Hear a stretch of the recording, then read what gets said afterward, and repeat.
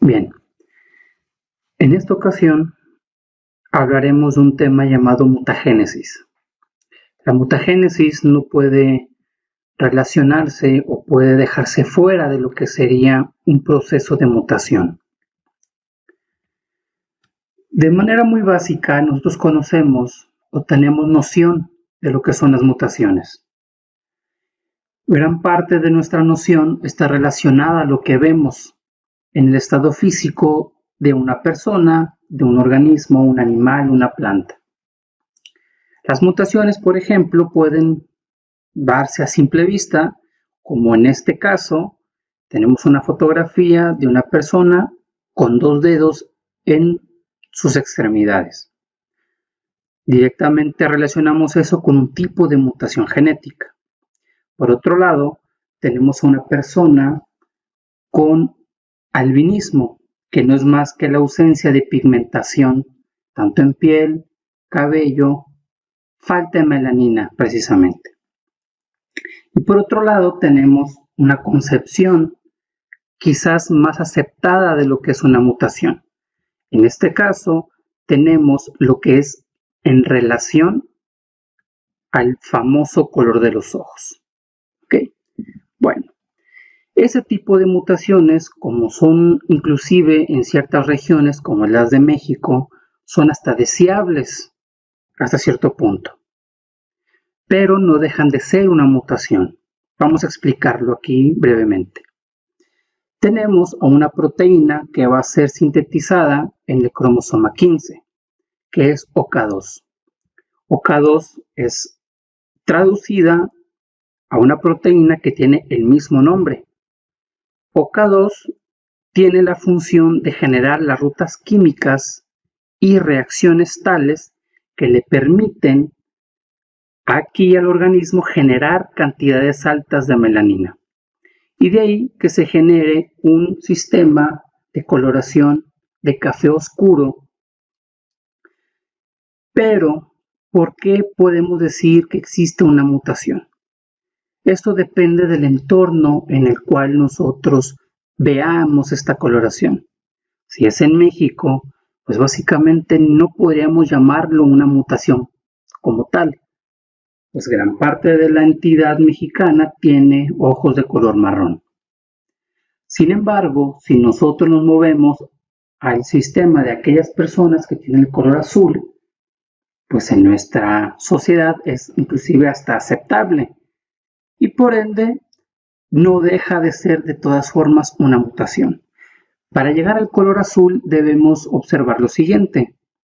La producción de la molécula proteica HERC2, también dominada en el cromosoma 15, genera una proteína que inhibe la activación o transcripción de OK2. Al tener menor concentración de esta proteína OK2, lógicamente producimos menos melanina y menos melanina corresponde a una coloración azul. Por otro lado, para llegar al color verde, tenemos que involucrar a otra proteína. Esta proteína se sintetiza en el cromosoma 11, la famosa tirosinasa. Una vez que se sintetiza esta proteína, esta interviene no directamente con OK2, sino que en el proceso químico de la producción de la melanina, de tal manera que provoca la coloración de color verde. Estas 3 variantes son las formas en las que puede llegar a ese tipo de coloración. Sin embargo, mutaciones como la de lesión o la transcripción menor de esta proteína pues genera color azul y la actividad de esta generará ojos de color verde. Ok, para ser un poco ya más puntuales en lo que es la mutagénesis, ya conocemos cómo son los sistemas de mutación, tomamos también este ejemplo. Aquí representamos a la replicación del DNA. El DNA en este caso, cuando se replica, significa que estás duplicando la información. Estás haciendo que el DNA tenga copias. Y en el proceso de replicación se forman las horquillas de replicación. Aquí en este ejemplo partimos como la manera correcta. Decimos que en esta área no existe una modificación genética. Por lo tanto, el original se marca aquí, que es cómo debería de ser la molécula. Vamos a interaccionar un poco con imagen y vamos a ver que en esta parte de aquí vamos a nombrar, quizás a este le vamos a poner timina, color verde, a este por ende tiene que ser adenina. El amarillo me gusta para que sea guanina y el rojo citosina. En una forma normal esta sería la combinación en la que esta fracción se vería. Pero cuando hay una mutación, esta fracción ya no se va a ver igual. De nuevo dijimos que rojo era C, aquí era G. Pero en este caso tenemos una A y una G. Es lógico saber que una A y una G nunca se llevan, siempre es A con T y G con C. Por ende, en esta fracción de aquí ya hay una mutación. ¿Un solo cambio de un nucleótido puede generar una mutación? Sí. Solo por el hecho de haberlo cambiado con respecto a lo que conocemos como lo original. Pero una mutación de este tipo me va a dar una respuesta genotípica. La respuesta es directamente sí, porque hubo un cambio.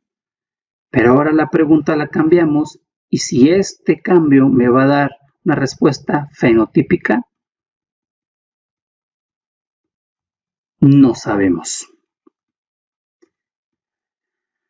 Para ser un poco más puntuales, un sistema fenotípico significa que cuando hubo una mutación, como en este caso, la respuesta es visible a simple vista, así como en el albinismo y estos dedos en las extremidades que vimos anteriormente. Esa es la respuesta fenotípica a una mutación.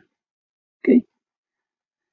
Entonces, fenotípicamente hablando, podemos ver la mutación, significa entonces que existe un cambio genotípico. Fenotípico simplemente se refiere a que hubo un cambio de nucleótidos con respecto a uno original. ¿Okay? Todos los sistemas genotípicos me van a dar una respuesta fenotípica. Eso es un no. No siempre. Hay procesos de mutación que son silenciosos, que no los podemos ver a simple vista. Por eso el fenotipo no se expresa, por eso se llaman silenciosos. Por otro lado, genotípicamente hablando, hay que hacer pruebas de secuenciación para ver si un fenómeno similar al que estamos viendo aquí se presenta. ¿Okay? Bueno. Ahora, vamos a tomar como ejemplo un trabajo realizado hace ya muchos años con una proteína llamada GFP. GFP, por sus siglas en inglés, es Green Fluorescence Protein. Y esta se saca de algún tipo de medusa. Esas medusas que vemos de repente en la televisión que florecen de colores muy vívidos en azul y verde. Pero en este caso se refiere solamente a la proteína fluorescente verde. Si ustedes desean, pueden dirigirse a este artículo o este sistema de protocolos que ahí te pueden decir paso a paso cómo realizaron su proyecto. Aquí les dejo la información. Entonces, seguimos con el trabajo de Cain y Kitts. Ellos lo que vieron y expresan en su artículo es que GFP y esta proteína tiene un sitio característico que es el que hace prácticamente el trabajo. Y aquí está. El trabajo lo realizan 3 aminoácidos, una serina, tirosina y glicina. Son parte del aminoácido 65, 66 y 67 respectivamente. Aquí abajo podemos ver la estructura de la proteína GFP. En estas partes coloreadas de azul y rojo se potencializa en esta imagen, que significa que es el sitio activo, es el sitio que genera la fluorescencia. Y aquí podemos ver serina, tirosina y glicina. También ese artículo menciona que si la serina la cambias por treonina, básicamente lo que vas a hacer es potencializar la fluorescencia. Eso se va a hacer mucho más fuerte. Y también dicen que si lo quitas, muy probablemente la función de fluorescencia desaparezca. Eso es básicamente lo que dice el artículo. Entonces, vamos en este momento a tratar de diseñar un fenómeno de secuenciaciones, de búsqueda de estas secuencias para nosotros poder diseñar un protocolo de mutagénesis. ¿Okay? Para ello hay que llevar a cabo algunos pasos. El primero de ellos es buscar fuentes de información. Nosotros podemos encontrar en Biolabs, Clontech, que son empresas que se dedican a producir insumos de biología molecular y que también tienen sus propios programas y softwares que te permiten realizar escrutinios a través de sus sistemas. También conocemos la famosa enciclopedia de Kioto, que ahí puedes encontrar rutas metabólicas, proteínas, muchísima información. Tenemos también la base de datos del sistema de bioinformática de Suiza. Esa también es una herramienta sumamente valiosa. Por otro lado, tenemos los bancos de genes y secuencias y proteínas, que vienen siendo NSBI y el famoso EMBL-EBI. En este caso, yo siempre recomiendo utilizar MBL porque MBL solamente publica cosas que hasta cierto punto ellos ya pueden comprobar, es decir, caracterizaron previamente las proteínas que ellos anuncian en su información. Si no está en MBL significa que no está caracterizada esa proteína. Pero el NSBI es mucho más abierto. En NSBI te permite inclusive subir secuencias solamente, aunque no hayas comprobado ni caracterizado dicha proteína. Por otro lado tenemos las herramientas. SnapGene es un sistema que te permite bajar un software que te hace clonaciones, inclusive las famosas mutagénesis que vamos a ver. Pero pues como todo tiene un precio. Y muchas veces en nuestro país o gran parte de los países que se dedican a investigación del segundo mundo o tercer mundo, como el nuestro, nosotros buscamos obtener la información, pero no siempre la podemos pagar. Y SnapGene te permite bajar su información, pero no su sistema software. Por eso nosotros aquí vamos a utilizar el sistema a pie, como llamamos. A pie, que quiere decir hacer lo mismo que hacen los programas de SnapGene, pero con lo que tenemos a la mano. ¿Okay? Paso 1. En el paso 2, nosotros debemos de tener una secuencia molde, una secuencia de GFP, para nosotros poder hacer e intentar generar las moléculas que me van a permitir hacer esas mutaciones o esas mutagénesis. En este caso escogimos el plásmido Piglo. Piglo es un plásmido muy comercial, es relativamente económico y lo que te permite un plásmido a grandes rasgos es meterlo a una bacteria para que posteriormente la bacteria produzca esa GFP. Y eso te lo va a permitir el plásmido. ¿Por qué? Porque el plásmido tiene un promotor llamado ARAC. Este promotor quiere decir que solamente se va a activar cuando en el medio de cultivo en el que hayas puesto tu E. coli tenga como fuente de carbono arabinosa. Sin arabinosa no sabe expresar GFP, que está aquí en verde, porque básicamente está bajo el control de este promotor, y el promotor no se activa si no hay arabinosa presente. Otra de las cosas que nos permiten que esto se produzca es el cassette de resistencia o el sistema de selección. Este gen produce la famosa beta-lactamasa. La beta-lactamasa es quien degrada a la ampicilina. Entonces, si tú haces crecer a este microorganismo con arabinosa y además le agregas ampicilina, vas a garantizar que todo aquel que absorbió dentro de su sistema esta construcción va a sobrevivir y por ende todo lo que crezca aquí va a florecer. Y la florescencia se va a dar entre 395 nanómetros de longitud. ¿Okay? Otras cosas importantes es que tiene los genes ORI, los famosos ORI-C, que son ORI de origen de replicación. Y ORI-C obedece principalmente a lo que serían las bacterias. ¿Ok? Bueno, ¿y este vector para qué utilizarlo? Porque yo quiero ver la respuesta a mis modificaciones de GFP. Y solamente las voy a poder ver si tengo un organismo que las va a producir en mucha cantidad. Lo estoy viendo así porque este vector o gran parte de los vectores son de expresión.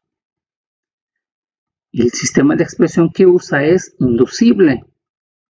Es inducible porque solamente con la presencia arabinosa esto va a funcionar. Y la expresión me permite tener altas concentraciones de GFP. ¿Sí? Bueno, y además necesito el molde de la secuencia que está aquí. Está en verde. Posteriormente tenemos que pasar al paso 3 porque tenemos que diseñar los primers que me van a permitir generar esa combinación y ese cambio simulando los trabajos de Cain y Kitts.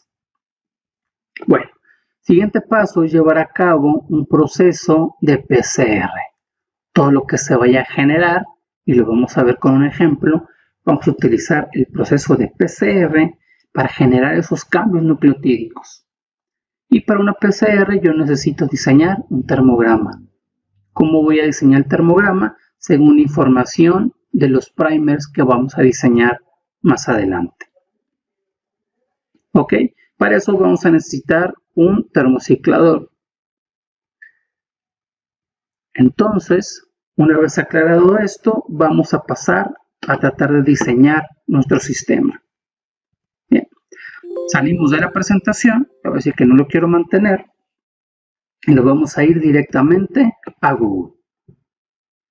En Google yo voy a buscar primero la secuencia de Piglo, esa secuencia que nosotros estuvimos mostrando, entonces Piglo Plasmid Enter.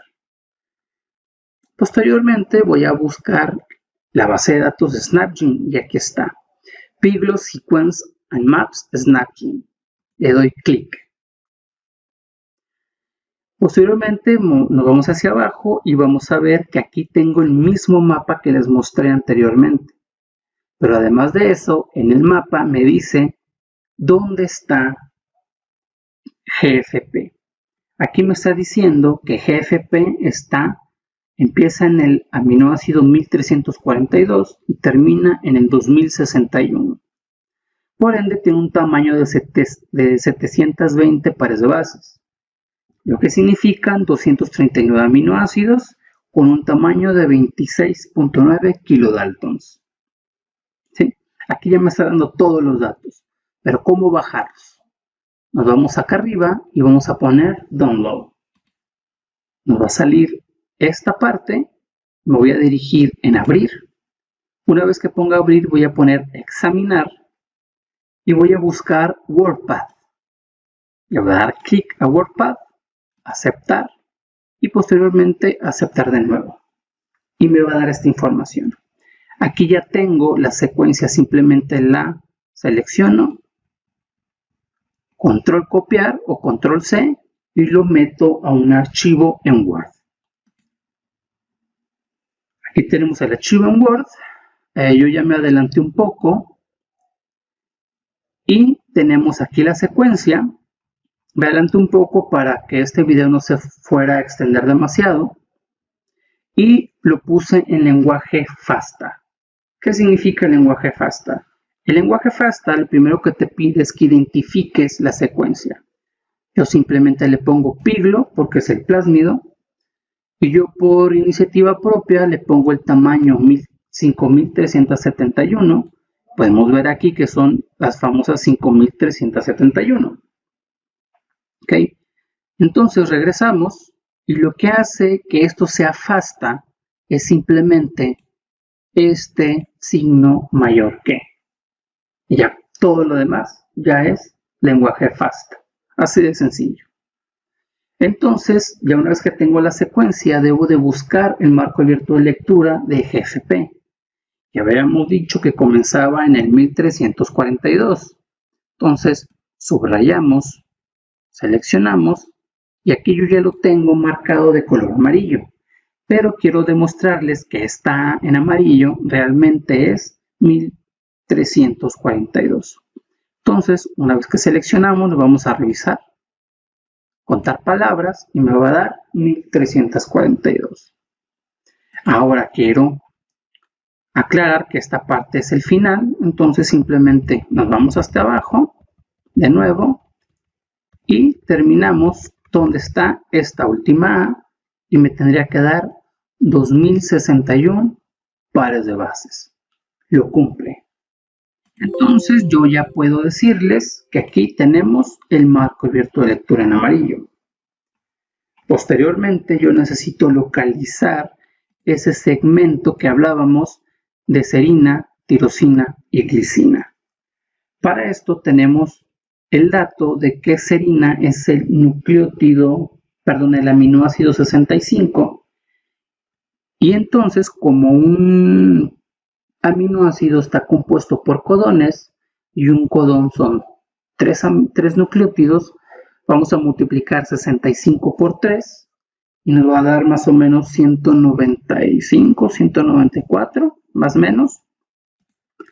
Y vamos a hacer el ejercicio. Pero ya no vamos a contar desde aquí arriba, sino solamente del marco abierto de lectura. Porque solamente te está hablando el trabajo de que es el aminoácido 65, pero de la molécula en sí. Nos vamos hasta acá, hasta esta C. Y en esta C voy a buscar que tenemos en efectivo 195 nucleótidos. Para mi sorpresa, esta C no significa que ahí empieza serina, sino donde está esta área verde. ¿Por qué sucede esto? ¿Por qué no me da lo mismo que el trabajo de Cain y Kitts? Muy probablemente Cain está utilizando una GFP con la misma naturaleza, pero de otra fuente, quizás de otro tipo de medusa, o de un familiar o primo de la medusa, de la cual extrajeron GFP del plásmido que yo voy a utilizar. Y esto es sumamente normal. ¿Qué quiere decir? Que inclusive si nosotros tenemos hermanos y yo secuencio el mismo gen, digamos un gen que le voy a poner gen A, extraigo el gen A de mi cuerpo o de mi sangre o de la piel, como sea, y lo mismo hago con mi hermano va a tener muy probablemente una variedad distinta de ese gen A. Somos hermanos, pero no somos idénticos. Por eso hay variaciones, y aquí este es un ejemplo. Sin embargo, yo ya hice mi trabajo y veo que aquí estos 9 nucleótidos representan los codones que estaba buscando. ¿Sí? Ok. ¿Cómo vamos a saber que tenemos estos codones? Pues simplemente vamos y buscamos la información. Voy a ir directamente aquí, voy a abrir otra pestaña y solamente voy a poner aminoácidos. Y van a salir quizás una serie de cosas. Yo voy a poner aminoácidos en Wikipedia para que me dé muy probablemente esa tabla que necesito de codones. Espero encontrarla aquí. No la encontré. Entonces, simplemente vamos a poner codones. Y voy a buscar la primera imagen que venga. Listo. Aquí tenemos una de las imágenes. Lo que busco aquí es encontrar que la combinación TCT, que es la primera que veíamos acá, y luego es TAT y GGT, que estas combinaciones realmente me den serina, tirosina y glicina respectivamente. Regresamos a la imagen, entonces era TCT, aquí en efecto es serina, la siguiente era TAT, tirosina, muy bien, vamos bien, y la última era GGT, glicina. Con esto compruebo que esa es la combinación que yo buscaba. Muy bien. Entonces, ya una vez que tengo identificado el marco abierto de lectura y la fracción que voy a provocar, modificar, vamos a irnos a otro programa. Este programa nos va a hacer prácticamente el trabajo. Para esto vamos a poner la palabra Infusion Cloning Tool. Entonces vamos directamente aquí y vamos a ver que nos manda a esta página. En esta página vamos a buscar la palabra Launch, le vamos a dar clic y nos va a llevar al programa. Este programa es sumamente intuitivo. Aquí me dice lo primero, ¿quieres hacer una clonación o una mutagénesis? Lógicamente, como el tema lo dice de esta sección, es mutagénesis. Le damos un clic. Lo segundo que me pide es poner la secuencia. Entonces voy a agarrar esto tal cual. Lo voy a tomar. Control C. Y lo pegamos en el programa. Control V. Si se dan cuenta, inmediatamente me da esto que tenemos acá. Para quitar este mapa y solamente quedarme con la secuencia, voy a darle un clic aquí. Y le voy a pedir que solamente ponga secuencia. Listo. Ahora, tercer paso, selecciona lo que quieres hacer, una inserción, un reemplazo, una deleción o editar todo de nuevo. Pero si se dan cuenta no puedo seleccionar nada. Esto es debido a que aquí me está diciendo que primero tengo que buscar la modificación. Acá tengo que señalarla en esta área donde quiero hacer la modificación. Lo primero que queremos hacer es buscar esa área verde que teníamos, que es básicamente 1537 pares de bases. ¿Cómo lo sé? Pues vamos a hacer el ejercicio, que el primer codón comienza en 1537 pares de bases. Excelente. Entonces aquí en el programa, basándonos en estos números de abajo, vamos a buscar 1537. Muy bien. 1500, me pasé un poco, 30. Le doy clic y me va a salir esta barra. Posteriormente solamente tengo que contar el número de nucleótidos, serían 1, 2, 3, 4, 5, 6, 7. Le damos Shift, la flecha, y aquí ya tengo mi primer nucleótido que va a generar el primer codón TCT. Entonces, como les mencionaba anteriormente, el trabajo de Cain y Kitts decía que si yo cambiaba esto por treonina, iba a potencializar el proceso de la fluorescencia. Para ello, lo que voy a hacer es precisamente ese cambio. Y para ese cambio, yo necesito ver qué necesito cambiar del codón para tener esa información. Vamos de nuevo a la imagen y decimos que TCT era serina. ¿Qué necesito para cambiarlo por treonina? Treonina está de este lado. Todas estas son mis opciones para cambiar treonina. Y tenemos suerte, porque la primera letra es la única diferente entre ellos dos, la U y la A. ¿Qué quiere decir? Que si yo solamente cambio un nucleótido, esta U por esta A, yo voy a obtener treonina como respuesta. Entonces aquí lo que voy a hacer es pedirle al programa que haga un reemplazo. Le damos clic y aquí me dice que debo de meter la primera letra del aminoácido que quiero meter. En este caso va a ser A, pero si fuese guanina pongo una G, citosina una C y timina una T. Pero aquí voy a cambiar la T por la A. Le damos Enter y vean cómo ya hizo el cambio el sistema. Y ya lo último que tengo que hacer es que me diseñe el famoso primer. Va a tomar poco tiempo y me va a dar como respuesta esto que tenemos acá. Aquí tenemos el esquema que representa lo que sería nuestro molde, y nuestro molde, recuerden que es el plásmido Piglo de 5371 pares de bases. Si nos vamos hacia abajo, aquí me va a decir cuál es la composición del primer oligo y del segundo oligo que voy a utilizar para hacer ese cambio nucleotídico, y todas las características que vienen con esta estructura: su tamaño, 34 y 30 pares de bases, la concentración porcentual de guaninas y citosinas y la temperatura de alineamiento. Esta información nos va a servir posteriormente para diseñar el termograma de la PCR. Sin embargo, seguimos concentrándonos en esta parte de aquí. Como se dan cuenta, en este esquema te dice dónde está oligo 1 y dónde está oligo 2. Si lo queremos ver mejor, vámonos a esta área, le bajamos justamente a las 1530 y tantos y vamos a ver esta estructura. Si nos apoyamos en la barra de arriba, me va a decir que ese es el oligo 2 y aquí me está diciendo que es el oligo 1.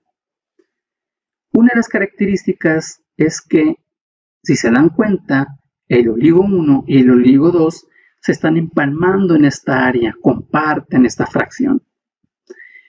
Esto es por lo siguiente: aquí abajo tenemos en azul dónde se hizo el cambio. Aquí ya tengo el cambio de la A por la T.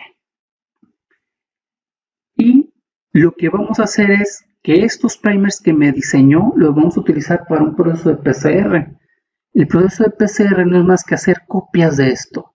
Muchos billones de copias de esta estructura. Y la PCR no se lleva a cabo si no existe una polimerasa. Las polimerasas son sumamente eficientes hoy en día. Por ende, si encuentran un error, lo corrigen casi al instante. Pero en este caso, es por eso que el primer se diseña así, se empalma, para que el error, cuando la polimerasa lo esté generando, la duplicación de toda esa estructura, comience a creer que el cambio que tú le estás poniendo es el cambio verdadero, es lo real. Eso no es eslogan, pero sí es. Básicamente estás haciendo lo que la psicología nos indica. Repite una mentira 1000 veces y te la vas a creer. Pues lo que estás haciendo aquí es decirle billones de veces a la polimerasa una mentira para que al final la crea y te respete este cambio. Eso es básicamente lo que estás haciendo y por eso debes empalmar ambos primers. ¿Ok? Bueno, ya diseñamos los primeros, ahora vamos a diseñar otros más. Estábamos en esta área, simplemente nos cambiamos hacia acá. Le decimos que al sistema que limpie todo, ahorita lo vamos a hacer. Seguimos en el 1537. De nuevo, aquí sigue todavía marcado. Ahora lo que vamos a hacer es expander esta selección hacia los demás codones. Ahora lo que quiero hacer es el mismo trabajo, emularlo de Cain y Kix, pero ahora voy a quitar toda la zona verde. Para esto, pues, solamente aquí ya tengo serina, aquí ya tendría yo tirosina y aquí yo anularía el codón de glicina. Entonces, toda esta área azul la quiero eliminar. Lo primero que debo de hacer es quitar el trabajo previo que tenía yo acá. Le voy a dar Clear Edit. Se mantiene tu selección, pero ahora lo voy a decir, quítalo, bórralo. Voy aquí y va a ser esta función. De nuevo le doy diseñar primers. Tenemos esta misma respuesta, pero en este caso tenemos el diseño de otros oligos. En esta ocasión, uno de 32 y otro de 30 pares de bases con diferentes características que, como les repito, posteriormente vamos a utilizar. De nuevo busco la información de los oligos y se repite la función, si se dan cuenta. Oligo 1 y oligo 2 están entrelazados. De cierta forma se encuentran en el proceso para volver a repetir la mentira que hablábamos anteriormente. Le vas a decir a la polimerasa que en esta ocasión ya no está la parte azul, observen, señalando un nucleótido, sino un área abierta, que quiere decir que lo que había ahí en esta área abierta se eliminó y por ende la citosina y la guanina que estaban adyacentes a esa fracción azul se juntaron. Y lo único que haces aquí es decirle que la mentira ahora es que lo que está ahí, porque va a estar, porque tu molde lo va a tener, tu molde cero lo va a tener, tú le vas a decir a la polimerasa que tu molde lo tiene. Pero es una mentira, lo real es que no lo tenga, porque tú estás diseñando unos primers que, como te repito, le van a decir a tu polimerasa que ese es un error. Entonces va a eliminar la fracción que tenía antes. Y esos 3 aminoácidos nunca van a existir. ¿Okay? Bueno, ese es el proceso que reconocemos como mutagénesis. Y para cerrar les comento que una mutagénesis es una mutación, pero bajo un proceso controlado en laboratorio. Por ende, cuando escuches la palabra mutagénesis, básicamente lo que vas a conocer es hacer una mutación selectiva en un laboratorio mediante un proceso controlado, como lo que vieron aquí. Aquí vieron los primeros pasos y en un siguiente video vamos a desarrollar el termograma para utilizar estos primers. Espero les haya gustado el tema y nos vemos en la próxima.